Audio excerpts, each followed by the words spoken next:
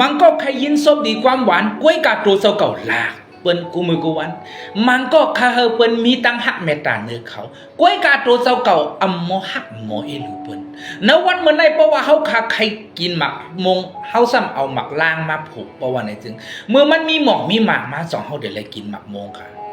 มาสุงคาพ่อแม่พี่น้องหนุ่มให้ใส่ยิงไว้ก็ตีน้ำยำเฮาขาดังเสียงต่างเกสุพระเป็นเสาผู้ใหญ่แม่เลยสูงสุดปุ่นดาววันเมื่อไหร่เฮาขาเลยโฮโปกันทั้งวันหนึ่งวันเมื่อไหร่เฮาก็ได้เอาอินแห้งซ้อมกันในข้อความของพระเป็นเสาผู้ใหญ่แม่สูงสุดกว่าซ้อมกันเกียกสังเฮ็ดนั่นในเขาอันนั้นสุดยอดในพี่น้องเขาเต็มความถามคอมเมนต์เด็กถูกใจเด็กแชร์อย่ากดเด็กซับซ้อมเฟซทักใดของเฮาเขาไว้ปุ่นดาเตเป็นอินแห้งเฮาขาเฮ็ดวิดีโอสืบกว่าแทงตั้งนาควยมกาปุ่นดาพี่น้องเฮาขาแต่ได้หันวิดีโออันมาอันที่มาแทงตั้งนานั้นค่ะโอเคเขาพาได้ด้วยในสมัยยามดีของพระเป็นเสาผู้ใหญ่แม่สูงสุดกว่าซ้อมกันมาแท้เขาอยากเจ็ดเขาเรียก12ซึ่งหนังอันสูเขาเฮาเปิ้นเฮ็ดตีสูนั้นสูก็เฮ็ดตีเปิ้นซึ่งหนังนั้นตาอันในจำเป็นเงาจำปิงหยาบพระอีกตั้งแก้มอันน่ะกะติโอว่าซึ่งหนังไหนเขาสมัยยามดีของพระเป็นเสาผู้ใหญ่แม่สูงสุดไล่ลาดนี่เขาไว้เจียงแรงดีนะเขาเตียนสู่เขาเฮาเปิ้นเฮ็ดที่สู่นั่นน่ะสู่ก็เฮ็ดที่เปิ้นจังหนังนั้นตาว่าจังหนังไหนเขาโกนเฮาค่ะกำพองเขายินซบดีความหวานที่เปิ้นลากล้วยกาตัวเจ้าก็ลาก็มือกวนมันก็เขาเฮาเปิ้นมีตังหักเมตตาเนื้อเขากล้วยกาตัวเจ้าเก่าอำโมหักโมเอลูเปิ้นมันก็เขาเปิ้นปันมุนเสลเขากล้วยกาตัวเจ้าก็โมปันมุนเสลเปิ้นกล้วยเหมือนกันลานความค่าซื้อขายเสียงย่าเสลเปิ้นคู่มือกวนก็ไม่ใช่อะไรเพราะว่าเฮาขาใครกินหมักมงเพราะว่าอะไรซึ่งเฮาขาซ้ำกว่าซื้อหมักล่างเสียวอะไรมาผูกเยอะกว่าเฮาขาก็ลุมลาเมื่อมันออกตนเมื่อมันมีหมอกมีหมักมานั่นนะสองเฮาขาได้เลยกินหมักมงค่ะแน่นอนค่ะเฮาเต็มเลยกินหมักมงเขาก็สั่งหลับว่าวันนี้จึงกินเฮาขาผูกกินเฮาขาลุมลานั่นน่ะมันเป็นหมักล่างด้วยค่ะลูกเฮาขาก็ได้เลยกินหมักล่างด้วยเขาอุปมามันฮะเนาะเพราะว่าเฮาขาเหตุการณ์ซ้อมกันดังกวนดังหนำไง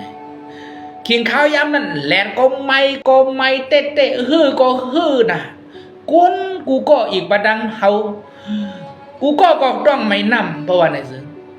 เย้าซ้ำมีกวนก่อนหนึ่ง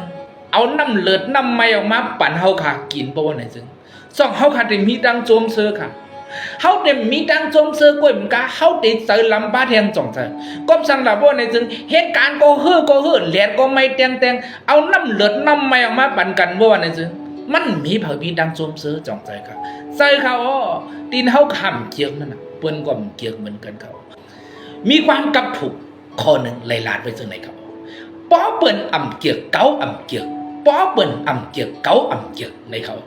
ก็จะเห็นในวันมื้อไหนความริมงามที่เฮาใครถ่อมใครยินนั่นน่ะก้นดังก็เปิ้นก็ใครถ่อมใครยินเหมือนกันลองให้ลองมึกที่เฮาใครห่มใครทบนั่นน่ะเปิ้นก็ใครห่มใครทบเหมือนกันเขา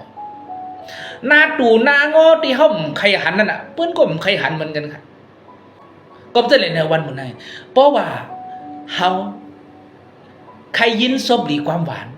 ที่เปิ้นลาดต่อเฮาขาก็โลเลยเอาซบดีความหวานลาดต่อเปิ้นเพราะว่าเฮาขาใครหันเปิ้นนากีนายุ่มใส่เฮาขาก็อย่าไปเอาหน้าตู่หน้างอเฮ็ดนี่เปิ้นเขาเฮาขาก็โลเลยเอานากีนายุ่มนี่เปิ้นเขาเพราะว่าเฮาขาเปิ้นมีเมตตาเนื้อเฮาก็โลเลยมีตั้งหักเมตตาเนื้อเปิ้นเขาเพราะว่าเฮาขาเปิ้นปันมุนสิริเฮาขาก็รู้เลยฮู้จักลองตั้งอันปันมุนสิริเปิ้นเหมือนกันเขากล้วยกาเพราะว่าเฮาขาเกี่ยวเมียวนึงเฮาซ้ำเฮ็ดเมียวนึงเพราะว่าในจึงต่อโจสุดปานอาศักของเฮาขานั่นน่ะมันเด่มฮอดถึงตีผังน้ำเยื่องหมายกล้วยมกาเฮาเต็มมีตั้งโจมเสือไหลสิปอกเขาก็จะเลยในวันมื้อนั้นย้อนเฮาพระเป็นเจ้าผู้ใหญ่แม่สูงสุดปันดังดีมังลาเนื้อหนาเฮือนตายเยเนื้อหนาดีการงานเนื้ออาศักตานของพี่น้องเขากูโกกูโกนอีกปะตังหนาเฮือนตายเยของคาเซคัมอมาสุงคา